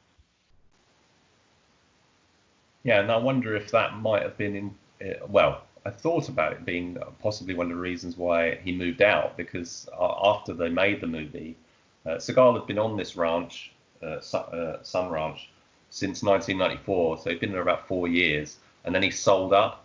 But from what when I was looking into it, it looked like it was more to do with ironically, an environmental reason. It was he based almost like he wasn't taking care of the land, because it was was it 18,500 acres, and there was a problem. There was there was something growing there that needed some attention, and he didn't really want to bother with it, so he solved the problem basically. Sort of sold it out for $55 million to move on to greener pastures, as it were. So I thought that's kind of interesting that he kind of set up home there, or at least one of his homes, and made this movie, which ended up not being very successful, and then he kind of severed ties with the place. So it's quite interesting. I say, because the film gives you that little glimpse into Seagal's life by showing you actually somewhere where he lived, and was clearly interested in the land and the area and stuff. I think that gives it a really interesting dimension for if you're a fan. Going back to what you were saying about the, I think you were saying something about the villain, the Floyd Chisholm, the actor who plays Floyd Chisholm, Galen Sarton, I think his name is. I think possibly when I first saw him, I recognised him immediately as a guy who was in the Ernest P. Worrell movies, Yes. Which was as kind of like a comical character. So that was quite an interesting change for me to see him in a sort of a dramatic baddie role. But I thought he did really well in it, and that's quite like that his performance. But there's I'm not going to waffle on anymore. No, that's good. Well, because I think one of the things that when you think of bad guys in a movie, I think a right-wing militia group that's almost like a baddie in a can kind of thing. Just like we used to think of like white slavers, baddie in a can. Poachers that are killing defenseless, endangered species out in the wild. That's usually the same idea. And so, yeah, something like this, it wouldn't take a lot to make them into baddies. You just kind of but I thought it was interesting how I think he did a great job in playing that part of sort of playing into our expectations of what that baddie would be. So we didn't really need a lot of development for him. Like we could, know that he was the villain right away. Yeah. So do you like this as a good movie, or do you think it's bad. It's not a very good movie, but there's things that you really like about it. I mean, I think it's hard to say like if I would have wanted more action or because it did feel like it took a little bit of time. It took like about a half hour. It felt like before we got to the first plot point with the virus. But there are things that I really do enjoy about it for what it is. I think if I had seen this back in the 90s, I may not have been as good on it. But looking back for what it is something that, again, seeing the tide changing and what these actors were getting for roles and how they were all kind of moving to that direct-to-video part of it. I do, the messages I wish, maybe had been fleshed out a little bit more, but I like that he was kind of going there with the messages about, alternative medicine. And, of course, the backdrop is just so nice. It's just such a beautiful landscape. And, I think as we were talking about, anytime you get Seagal invested, I feel like if he's invested, I have to give it some credit. I have to, like it for some extent just because of that. Yeah, no, I agree. And as I've already said, I think this is a genuinely good movie. I really like it, and I recommend that people check it out. I think most places you'll be able to find it on like Amazon Prime these days. I think it's probably in a few places, but I know it's on there. Yeah. Now I don't know if you have a streaming service called Tubi in Unfortunately, we don't have access to it. No, because I keep hearing everyone saying, "Oh, check this film out on Tubi," and I was like, "Well, restricted." Yeah, can't because see that, unfortunately. Yeah, that's what it's on here. So Tubi is it's like Amazon Prime, only you don't have to pay a subscription for it. Instead, it has advertisements, which compared to what it's like when you watch a movie on the television, and I don't know how advertising works in the UK versus in the United States, it's like every I don't know however many 8 minutes or so, there's usually an advertisement of some sort. Now the way that they tend to do movies on TV is that they'll front load or they'll sort of backload the ads, so the beginning of the film might have not have any, and then they'll all be at the end. But with Tubi, they're really not that bad. They're not that intrusive. It's just every once in a while you get an ad pop up. So it's a nice way to see films that, and they have a pretty good sized catalog. But I have noticed they do have almost everything that Amazon Prime has.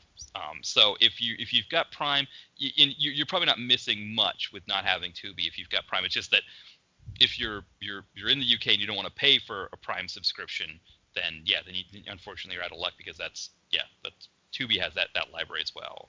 I think they've probably got the same stuff because it's the same companies selling it to them. There's like the companies like Film Rights or whatever who just have the rights to loads of movies, and they just sell them to various services.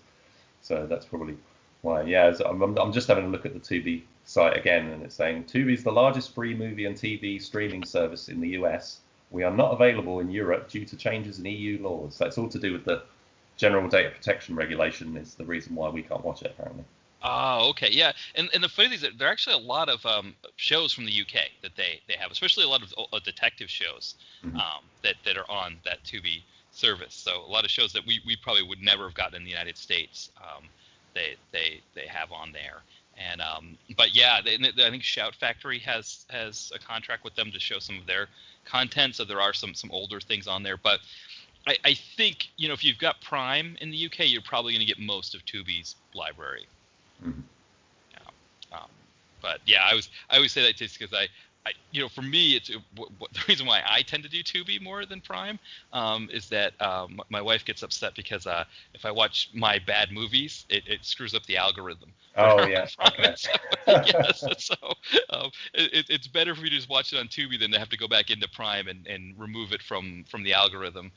So that's usually why that I just do Tubi that way. But yeah, it's a shame you can't set up different accounts like on on Netflix. You can have a different. You've got your main profile, but then you can have separate profiles, so you can just make sure you've clicked on, you're logged in on the right one, and then you're only going to get the algorithms are going to serve you stuff related to that particular content. So, that's I understand where you're coming from there. Yeah, well, and what happened was we put the Amazon Prime account in her name and with her account. So, I can log into her account. I've got her password and everything, but it's just I think she was talking about that too. Like, I wish they would do that. Like let me, because that's what we each have our own Netflix account, so we're able to do that. But yeah, so it's another reason why I use Tubi.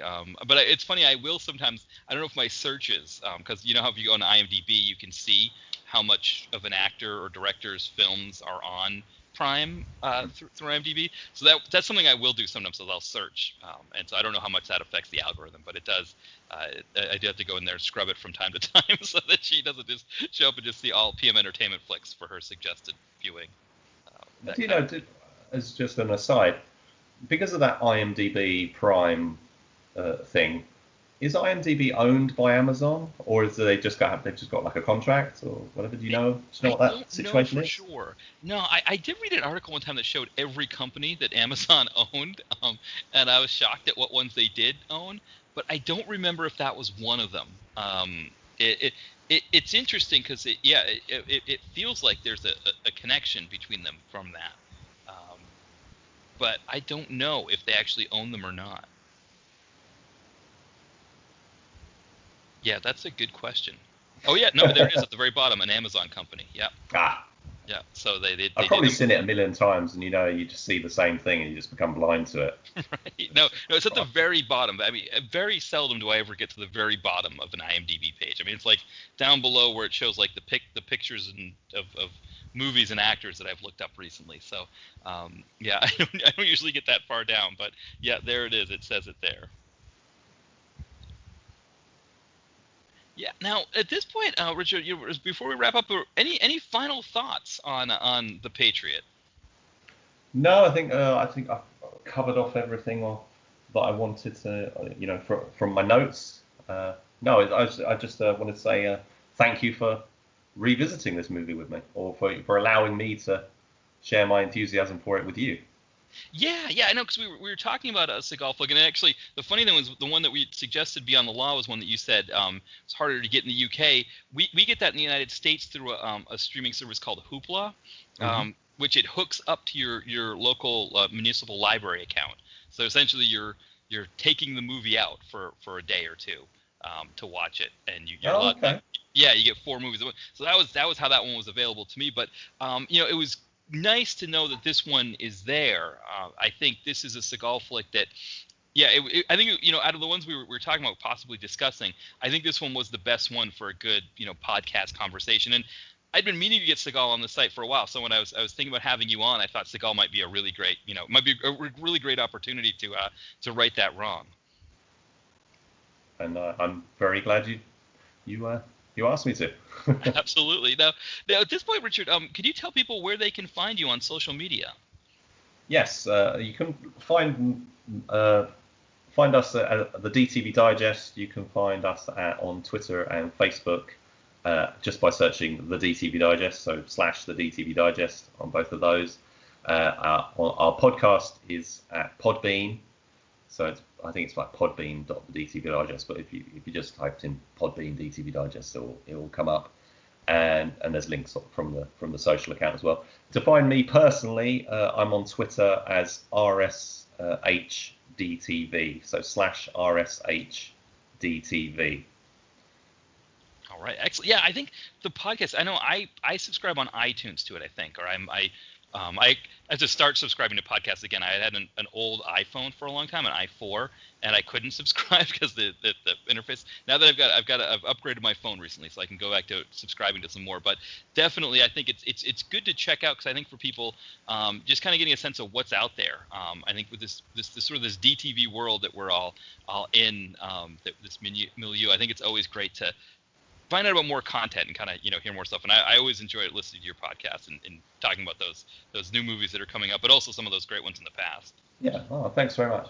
I also think it's really interesting, just as an aside, that we're basically in a DTV only world at the moment. So that's been quite strange, because all the major sort of all the other sort of major film programs and outlets or whatever that would usually cover the big cinema releases, everything is now DTV. So we're kind of in that weird. we're still trying to be covering this kind of same kind of stuff, but we're also in a world where Trolls World Tour or Artemis Fowl and all that kind of stuff is DTV as well, whereas originally it would have been at least in some cases big theatrical releases. So it's kind of like stuff is, whereas the definition of DTV has kind of changed, because we used to be let's take a film like Kurt Russell's Soldier, big theatrical production, tanks at the box office, gets sent DTV in the UK. Now we're in a case of, well, it's a big movie. It hasn't really proven itself whether it's good or bad, or profitable or not. But there's nowhere we can show the damn thing. So it's either you hold it and eventually release it where there's a window. You hold the big releases, as the major ones like Fast 9 and No Time to Die.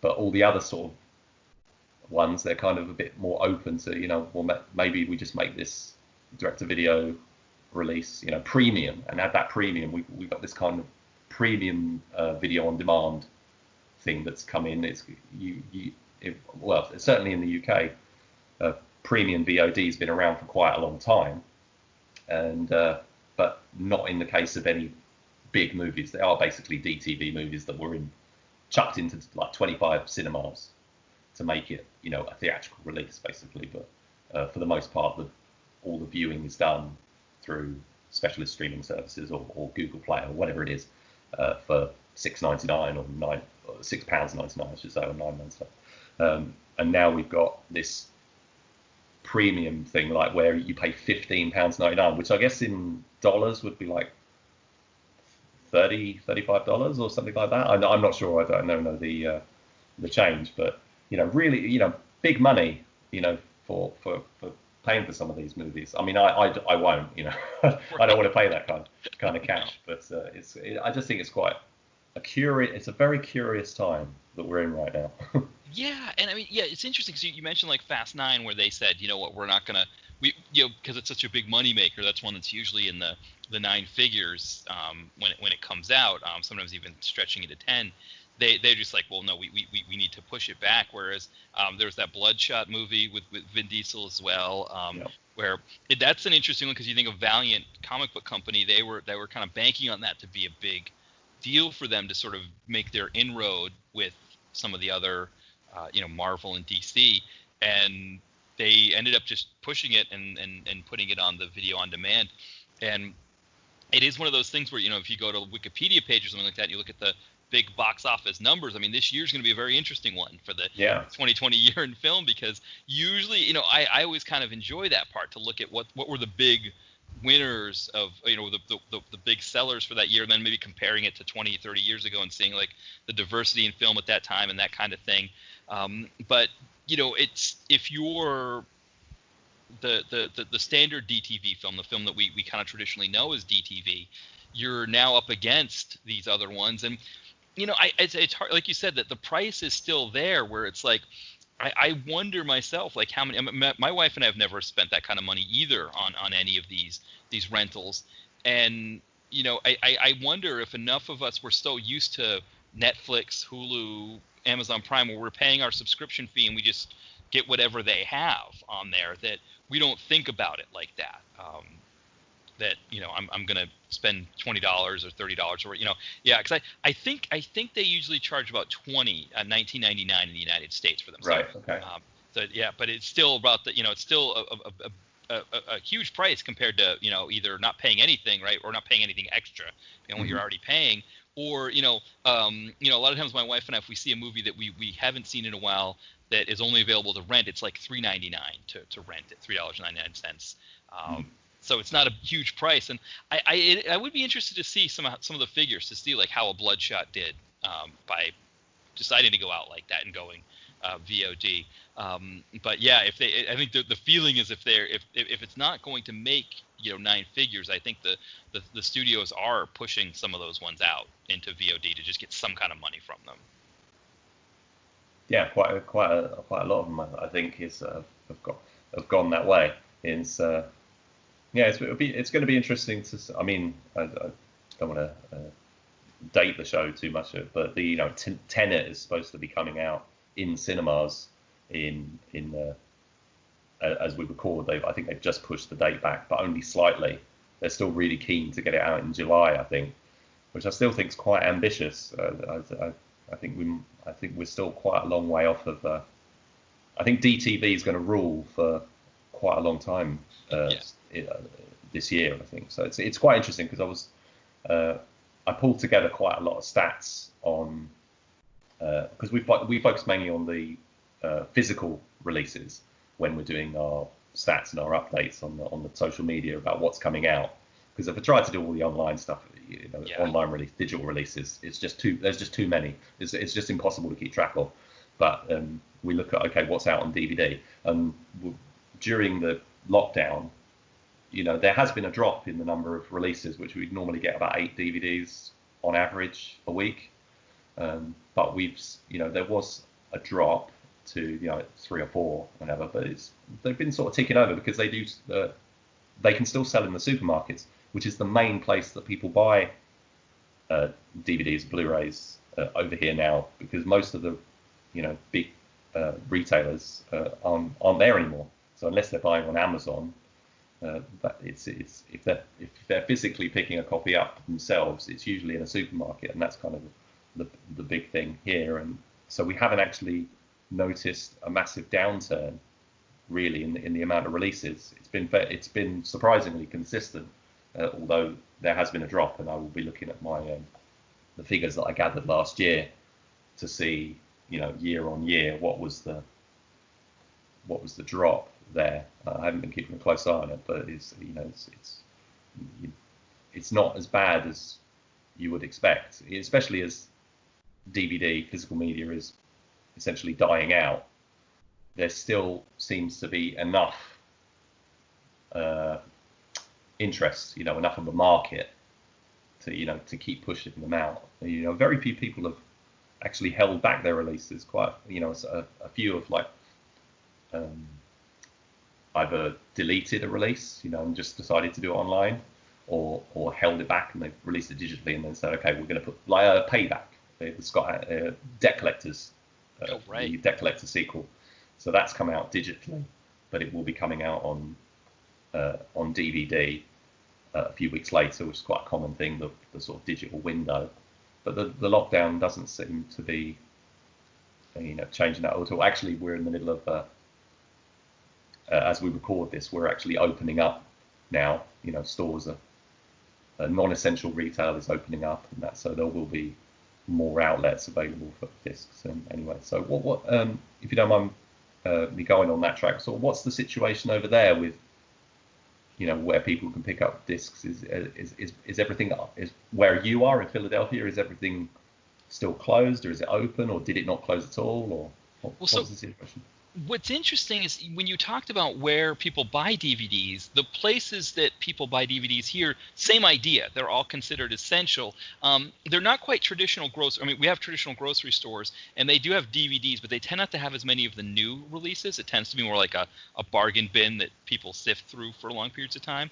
But the bigger chains that you think of, like a Walmart or a Target, they have been considered essential as well. So people are going there.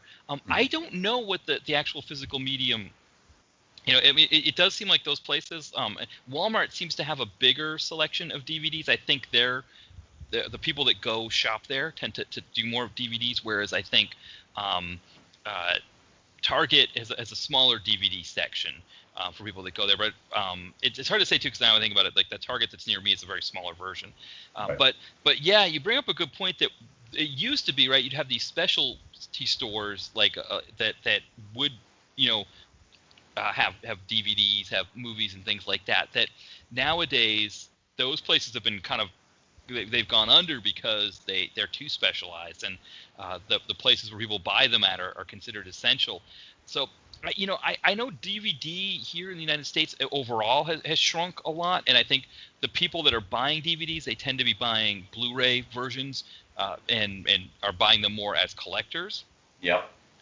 And I think that's a big thing. I mean, when I hear people talking about movies here in the United States, they're really talking about either streaming on Netflix or something like that, or they're talking about getting a new Blu-ray version of it, and they're showing their Blu-ray copy that they got, or they're ordering used older DVDs, trying to fill up a collection, trying to get someone trying to get their Seagal collection or something like that, and they're going for those, and in those cases I think people will buy a new version of, so like a new Seagal movie comes out, they're going to buy it to add it to their collection. as opposed to, they're going to get a lot of the sales through that. But yeah, and answer to your question, the places where people buy DVDs are considered essential. They are starting to relax restrictions a little bit here in Philadelphia as well. I don't know how well that's going to go over because the city here it's pretty densely populated, and so I just don't know that opening things up too much is going to have a good positive result that people are going to be interacting. But yeah, places like the those sort of those stores that because they have groceries in them in addition to department stuff, they have been able to stay open, so they've been considered essential, and that's where people are buying their DVDs if they're buying them. Yeah, so largely the same as here, really. Yeah, it's interesting, and it changes the calculus, right? When we think about DTV, I ran into it when I was talking about Netflix originals. Like, I ended up doing The Irishman just to kind of do it, and Dolomite is my name, but they aren't really DTV movies in what we traditionally think of as a DTV movie. And now you're talking about movies that were supposed to get a theatrical release that are now being pushed to DTV just based on the situation.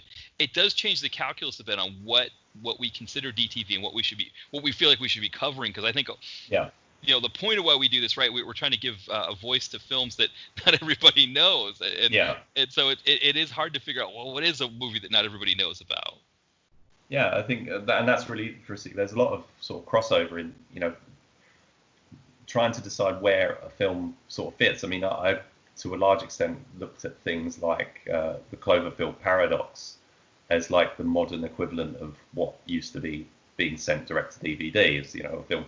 They didn't think it was going to work theatrically, so they sold it off, and it just goes out on Netflix. But then you've got the films that are being made for Netflix, like your Michael Bay stuff.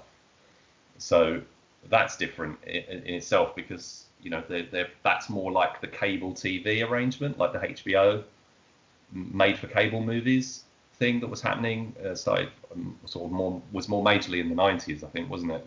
Yeah. So they're almost like made for TV movies, really. So they're kind of in that weird middle ground. It's like between it's the same with sort of series. You've got TV series and then you've got web series. So is a series that's on Netflix a web series, or would you call it a TV series? We get sort of tied in knots with something like The Irishman. The way I work it out is whether I consider it to be a DTV film or not. Has it had because some DTV stuff does, as I say, get cinema released within like a 3-day window. So a film might come out. We have cinema releases here on a Friday, generally. So if a film comes out on a Friday, but then the digital or disc release or both comes on the Monday, which again is the sort of traditional release day here. So if they come out that period, I consider it DTV, even though it's been in cinemas. It's not been in many cinemas. It's just sort of a platform to sort of raise the profile of the movie, like an Escape Plan 3 or something with Sylvester Stallone, which is basically a DTV movie, but they do a poster campaign and everything for it a bit. With The Irishman, that came out in cinemas, not very many cinemas, but it was in cinemas a few weeks before Netflix. So because it had that window of being in cinemas for a few weeks before, I don't consider that, even though it was probably made for, I don't know exactly what the specific relationship with Netflix was, but because it was a cinema release for what I'd consider not an insubstantial period before becoming available on Netflix, I didn't classify that one as DTV by my methodology. So it's just the way I work things out. Well, that's the thing for me is I think I have to maybe change because mine was always 10 million. If the movie made more than 10 million in the theaters, I didn't consider it DTV. But what Netflix is doing with The Irishman is maybe 3 weeks might be the number that it's required in England for in the UK for it to be eligible for the awards circuit, because that was the idea in the United States, was that they made it available theatrically just long enough so that it could qualify for Oscar nominations. That was the main point of it, putting it there. But they really wanted it to be just right on Netflix. I believe they did the same thing with Dolomite Is My Name. They had it theatrically just long enough so they could qualify for the award season, and then I'm sure if it had made money in the theater, they would have gone for it. I don't think it was. I think a movie that's it's pushing over 3 hours. It's hard for people to sit in the theaters nowadays for that kind of a movie. But yeah, I'm realizing I probably have to change my calculus because of what Netflix is doing with movies, the way that they're playing with the system differently compared to what we're used to. When we were starting this site in when we're kind of thinking about DTV in the 2000s, it wasn't a badge of honor to be DTV. It wasn't considered a good thing. And now it's Netflix looks at it as like, oh, we're saving Martin Scorsese. We're giving Spike Lee a chance to make movies again because Martin Scorsese, whether you agree or not with what he said about Marvel movies, it is the reality that the theaters don't want the major motion picture houses don't want to greenlight a Martin Scorsese film because they don't think it's going to make them 10 figures. Like they want to pull $1 billion gross worldwide, and Scorsese can't do that anymore. So that's where Netflix swoops in as sort of like a they can serve as a badge of honor. Amazon tried to do the same thing with Woody Allen. It didn't work out for them. No. So that was a kind of a misstep on their part, but they tried to do the same thing. But you can see Netflix has done it not just with Martin Scorsese, but also a platform for Spike Lee, and then also Quentin Tarantino. They put out an extended version of The Hateful Eight on there. It's like 5-episode movie version of it. So I did not know that. Yeah, I've never seen it. So it's considered like a mini series on there, but it's essentially an extended version of The Hateful Eight that's like about 5 hours long. And it's released as like episodes. Yeah, so it's released as like 4 or 5 episodes, I believe. I haven't seen it yet. I've been meaning to. It's hard to just kind of put down that time. I've been binging that TV show Arrow that was here in the United States. Just kind of episodes here and there when I'm not watching movies for the site and whatnot. But I've thought about going in to watch it to see exactly what it's like. That's what Netflix I think is doing. That they're kind of working with named directors who are used to kind of getting their way in Hollywood and giving them an avenue to do different things. Oh, I wonder what Steven Seagal would have done with Netflix if that was around at that time. Yeah, the Patriot. Makes you wonder, doesn't it? The Patriot. Yeah, a good point. Yeah, the Patriot could have been. It would have probably been right on Netflix. I mean, that's probably what Netflix would have done back then. Is they probably would have swooped in and given parts to, Stallone, Van Damme, Seagal, and this would have been this production company that Seagal was starting at that time would have been perfect for them. Well, look at Adam Sandler. Mm-hmm. I mean, the whole the Happy Madison, collab. That was kind of the first big collaboration with Netflix and Adam Sandler and releasing all those ridiculous six and all that kind of stuff. Yeah, that could have been Steven Seagal and all his DTV movies had it been that time, and his production company could have potentially kept going at that at that stage, but. A lot's changed in 20 years, hasn't it? So. Right, exactly. And we think about it now with all of the, I don't have as big of a Seagal collection as you like a Dolph Lundgren, but people that collect those movies. I know Simon, Explosive Action. He's always showing movies from his Seagal collection. You wouldn't be able to get it now. You wouldn't get a collection because if he was in bed with Netflix like that, they wouldn't be releasing them. They'd just be straight on Netflix. You'd have to have a subscription if you wanted to watch them. That's right, yeah, and that's one of the things we're moving away from, let's say, physical media and becoming this sort of like digital only sort of streaming experiencing, and then it's only sort of like hardcore collectors and people with disposable income who can really collect the discs. Right. We're just getting so used to. Some people just there's always the piracy problem and stuff as well, but the having physical copies. I mean, even I promote physical releases and I keep an eye on it and that, but I don't really buy anything. I just don't have the disposable income to do so. So my sort of threshold for what I'm willing to pay to watch a movie has kind of been dictated by my subscriptions to Prime and Netflix and what I experience, and sort of the average, how much is this costing me? So I'd say it works out about £2 per film that I might watch, perhaps less, depending on how much you watch it. But some people could watch so many in a month that they work out at pennies, or cents in your case. But so the perceived value is on buying a physical release, has to be quite considerable, really. And it's really, I want to eventually complete my Seagal collection by picking up a few of the sort of later discs, because I've only got really the ones going up to sort of 2010 maybe. So I've got like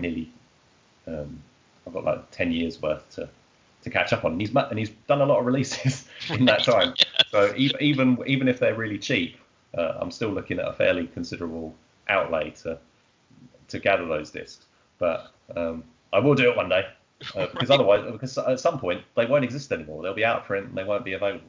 Yeah, because that's one thing. I don't know if you had the similar situation that we had in the United States here in the in the 2000s, and kind of the late 2000s. There was just like this proliferation of used DVDs like everywhere. Just all kinds of places that sold used DVDs, and so you could get any Seagal flick from the 2000s, Dolph Lundgren flick, any of those for like no more than $4 or $5 US. And so now you don't see those places. Now it's like it's hard to find.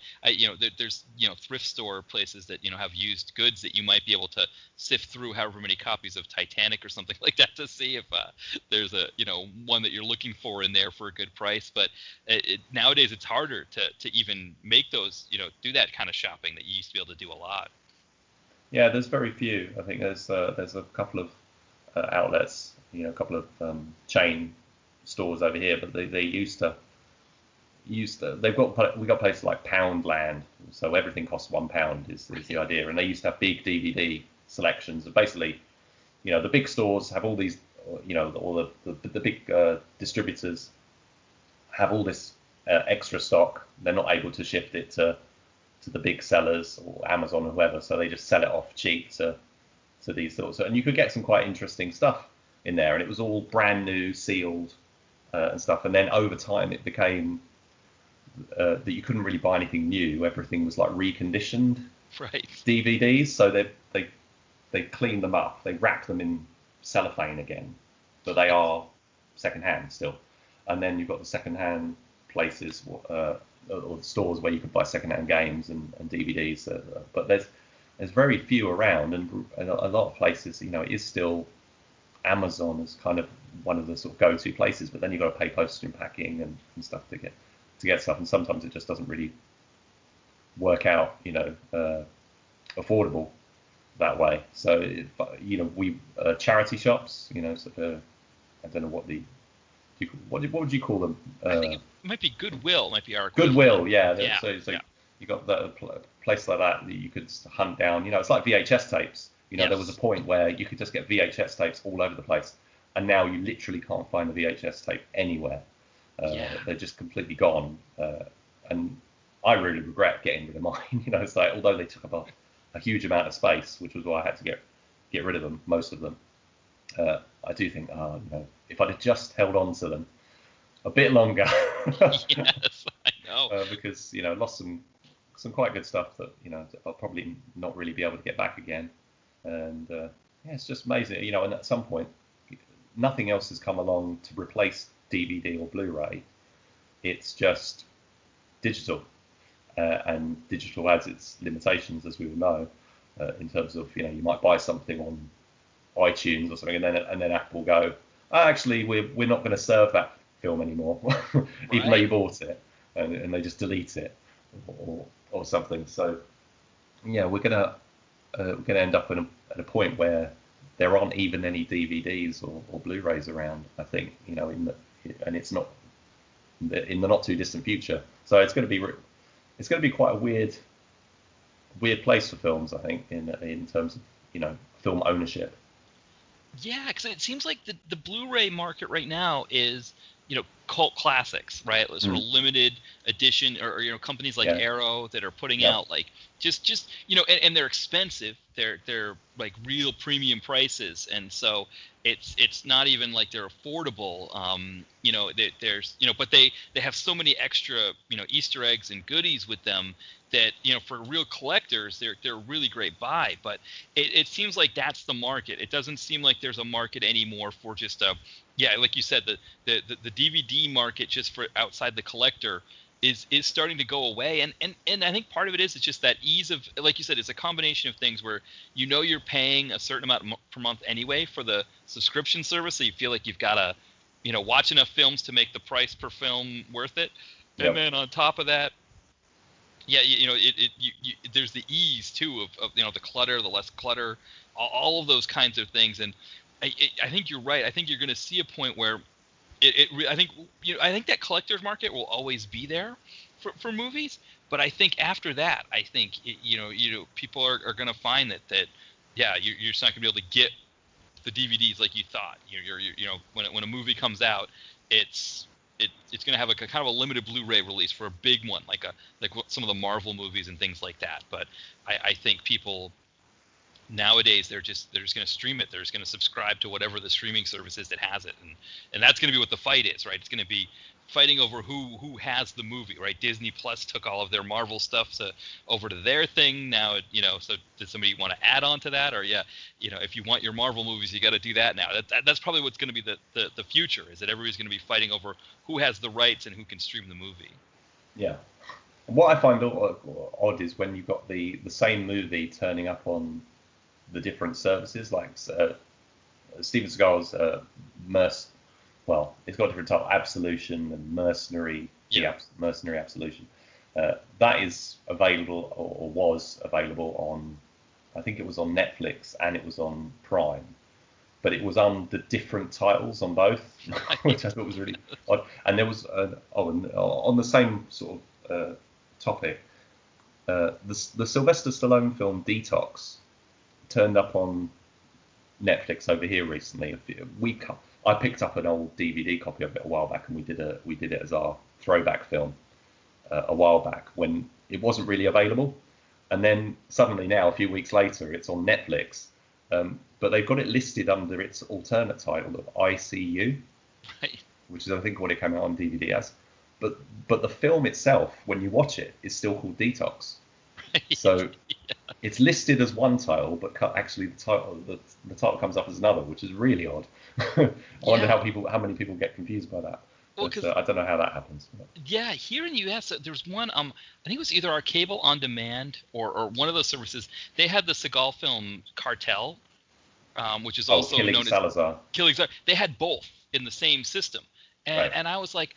I looked at it because I was like, I saw Cartel. I was like, what is Killing Salazar? Maybe that was like a prequel or something. And then I started watching. I was like, no, this is Cartel. And I looked it up and found out that they're the same movie, but they were literally like side by side. Like if you look up Steven Seagal, they were both listed as ones that you could watch. And so that was kind of funny that they the alternative title. It was the same exact movie. Everything else about it was the same, but it just had the different title and the different box art and all of that. I think that one is, I think, one of the few examples I can think of where I believe it was released in the US after the UK, because we got it as Killing Salazar, and then I started seeing all these adverts for Cartel or whatever, and I was like, hang on, they've retitled it. Right. They've given it a new name. On the flip side, we haven't had General Commander. That's the one Steven Seagal film that's not as yet not been made available over here, so I can't stream it. I can't get a DVD of it. It's just not available. So I've heard it's not very good, but I still I still need to see it along with Beyond the Law. Yeah, it's available here for rent on streaming, so you can rent it for like $3 to stream, but it's not a part of any packages yet. And like I said, Beyond the Law technically isn't a part of any packages either. It's just this one this one service, Hoopla, which is essentially like you're renting it from you're borrowing it from your library. I'd love it if we had that over here. We can get audiobooks and magazines and newspapers and stuff, but they haven't done streaming. I think that'd be a great idea for if we could do that. Yeah, because it's a great thing, because all you do is just use your library account, and you get like 4 movies a month is the way it works. You can watch 4 movies a month, so it's not like an unlimited thing, but also it doesn't cost any money. So there's no advertisements or anything like that, and it's a shame. Yeah, I think it would be a really great service if they had it over there. Because I was telling Ty and Brett from Comeuppance about it, because they were looking into it as well. But I don't remember how I think I found it through Letterboxd. So Letterboxd here in the U.S., it tells you what streaming services have a movie, and Hoopla came up. I was like, oh, what is this Hoopla? And yeah, it turned out I was like, oh, this isn't a bad deal. But it means, I usually have to watch it, get my images for the site and all that, do it really quickly, because again, I only have the movie for a short period of time. How long do they let you keep a film for? I think they let you keep it for, is it 48 hours? I think. Yeah. Yeah, so it's not a long period, but it's I think there's certain rules too. I think it's like once you start the movie is when the period starts. That's the same rule basically for when you do a video on demand kind of thing, isn't it? It's usually so you can pay for it now, but it's only really when you actually start watching it that the ticking clock starts. Yes, yeah, exactly.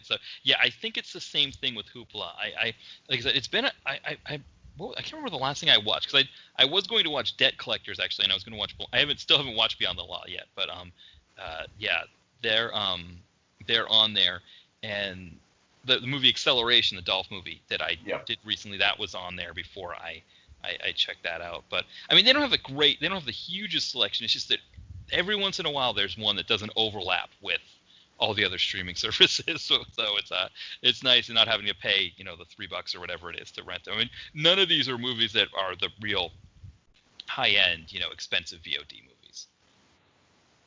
And that's the ones we care about, isn't it? Exactly. This is what we love.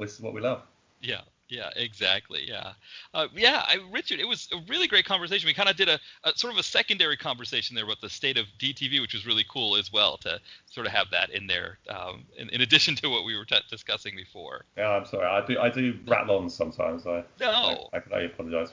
No, the exact same thing happened when I had Ty and Brett on from Comeuppance, only we were doing video or VHS video store memories. Yeah, so same thing. It's almost like the after show. We were joking. It was like the after show. So it was almost the same thing happened here. So yeah, it's funny how that works. I think it's one of those things where we get talking about these kinds of things, and they're not conversations that we have all the time with other people. So it's like once you get started to talk about it, it's like it's just sort of it's easy to keep going and keep discussing it.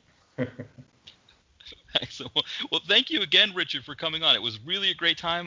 And again, just before we wrap up, where can people find the podcast and your social media?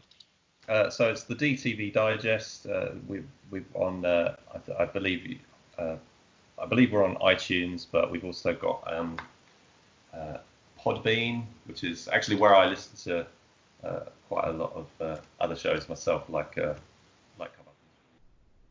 You're on TalkShoe, aren't you? I usually get those. Yeah. So I'm considering moving, but yeah, right now I'm on TalkShoe. Yeah. So our address, if you wanted to get all the episodes that are available, unfortunately, a bit like your situation, we've been going for a long time, but it's only quite a lot of our more recent episodes that are actually available because of moving services or whatever in our case. So the dtvdigest.podbean.com is the address, but you can find us via Twitter and Facebook by looking up the DTV Digest, and say look for me, RSH DTV is on Twitter, and always happy to chat movies and talk about all this kind of stuff. Absolutely. Well, thank you again for coming on, Richard. It was a really great time. It's brilliant. Thanks a lot. Yeah, absolutely. And then, our site, again, dtvconnoisseur.blogspot.com. And again, my novel out now, Chad in Accounting. You can go on Amazon. Just type in Chad in Accounting and find it there. But thank you again, Richard, for coming on. Thank you, everybody, for listening. And till next time, we'll talk to you soon. Bye, everyone.